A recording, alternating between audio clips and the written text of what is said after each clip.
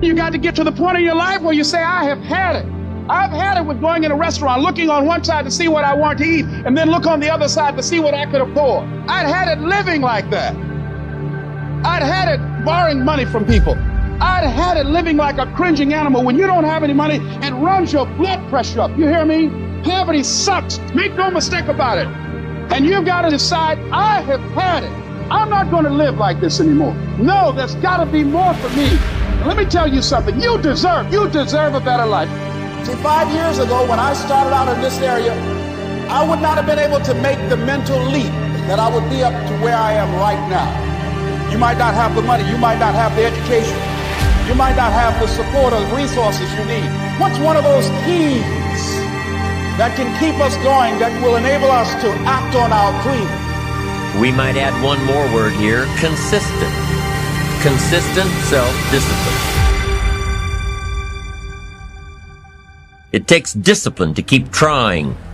If we don't make consistent self-discipline part of our daily lives, the results we seek will be sporadic and elusive.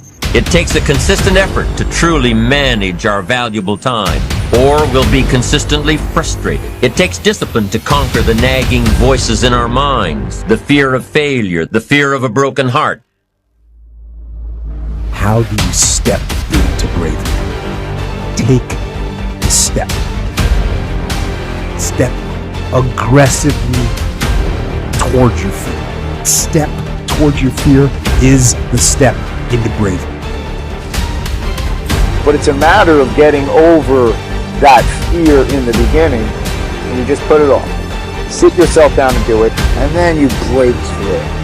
Prove to yourself today, every day, that you can and will push harder than you wanted to, harder than you felt like pushing. You must ask yourself every day, did I do enough? Stop waiting to feel like it. Stop waiting until you see it.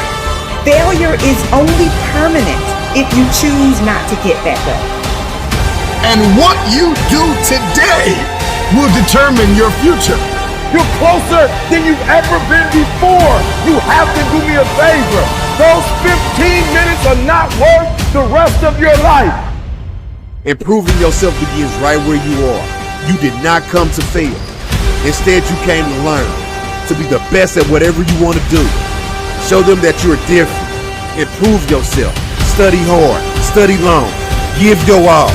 Give it everything you got.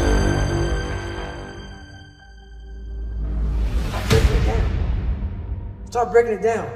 And most of us, we live in a box. And we don't want to go outside that box at all. Ever. Outside that box is all these possibilities of life. But what we do is we shackle our mind. We are a prisoner in our own mind. That this is all I can do. This is all I'm good at. And we take away the possibilities of you could be this, you could be that, you could be all these things. There'd be nothing. So what people understand is that they live for themselves, not knowing that you have the power within yourself to change millions of lives by facing life. My biggest fear in life is that there is a final resting place in this world, and there's a final judgment, and you talk to something much bigger than you. And then when you see people take on more responsibility and decide that they're going to aim up and confront their suffering honestly and forthrightly, that their lives get better and the lives of people around them get better too. And so that's very strange as well, because it also means that the pathway to less suffering is through suffering, right? And that would be hopeful if the world was constituted that way. It's like, well, there's suffering. How do you make it worse? Run away. How do you make it better? Confront it. Yeah, but it's suffering. It's like, yeah, but it's there. There it is. It's right there. It's a precondition for existence or something like that. And it's like you have something important to do as well. And you confront it, and that's the pathway to transcending it.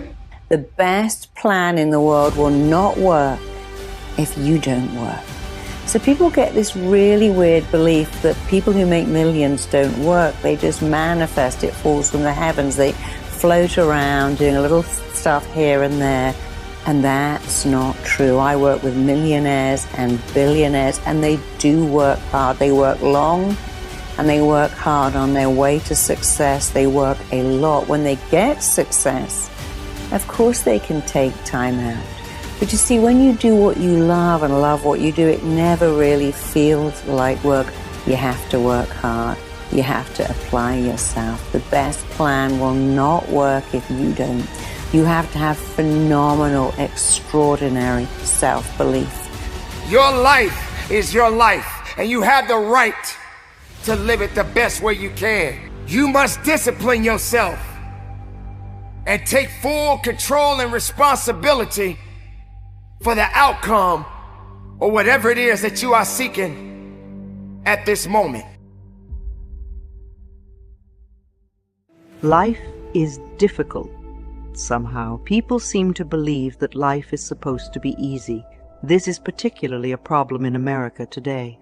We expect a smooth, easy road to success. We expect our lives to be hassle-free. We expect the government to solve our problems. We expect to get the prize without having to pay the price. That is not reality. Life is hard. In life's greatest lessons, Hal Urban writes, once we accept the fact that life is hard, we begin to grow. We begin to understand that every problem is also an opportunity. It is then that we dig down and discover what we're made of. We begin to accept the challenges of life. Instead of letting our hardships defeat us, we welcome them as a test of character. We use them as a means of rising to the occasion. At the same time, we need to understand that society bombards us daily with messages that are quite the opposite. To begin with, technology has provided us with push-button living. We can open the garage door, cook dinner, wash the dishes, record our favorite TV program, and pay our bills by simply pushing the right buttons. In addition, we're told over and over that there's a quick and easy way to do just about everything. Within just the past few days, I've read or heard that you can lose 100 pounds, learn to speak a foreign language fluently, become a hot new radio personality, get a contractor's license, and make $1 million in real estate. You can do all of these in a matter of days and with little or no effort, and pigs can fly. Those ads are all around us because the people in advertising and marketing have a good understanding of human behavior. They know that most people don't accept life as hard and will continue to look for the quick and easy way instead. There is no quick and easy way.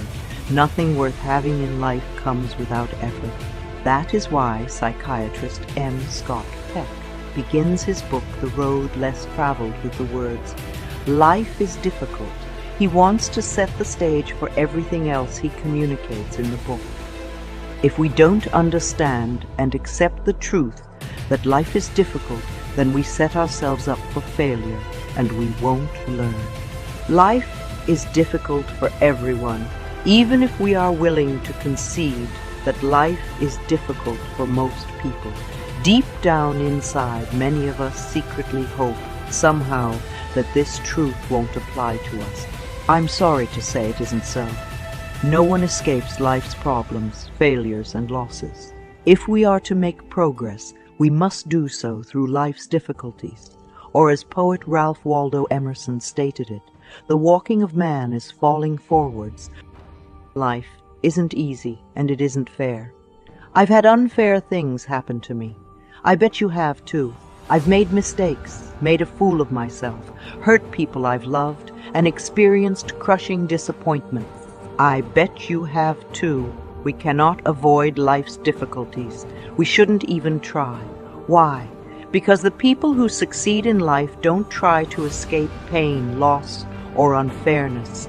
They just learn to face those things, accept them, and move ahead in the face of them.